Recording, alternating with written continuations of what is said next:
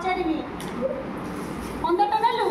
से 15टी गुली नेला नहीं ना ठीक ठाक गणला ना बर्तमान तू 5टी घरे समान करके गुली की बांटिकी दबु ते भाभी ने ये तो सब भाई भौणी 5टा घर दे दे देखिए तू घरे ठीक ठाक भाग करूछु ना कम बेसी करके दउछु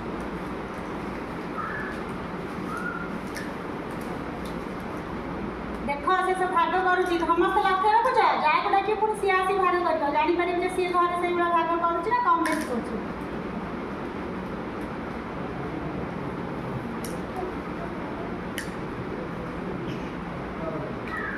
भाग करदेलु भाग करदेलु तो प्रति घर केतोटी पड़ी तोर 3टी गुली अच्छा वर्षा आसिलु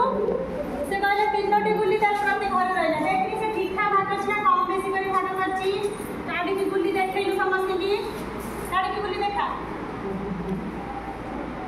केतोटी पड़ी 3टी सब घर 3-3टी अच्छी ताले 15टा गुली को 5टी घरे जदि आमे समान भाग में भाग कले चलो प्रति घरे केतोटी पड़िला ताले 15 रे 5 को भाग कले भागफल केते पड़िला 3 समस्त जानि पाइला जा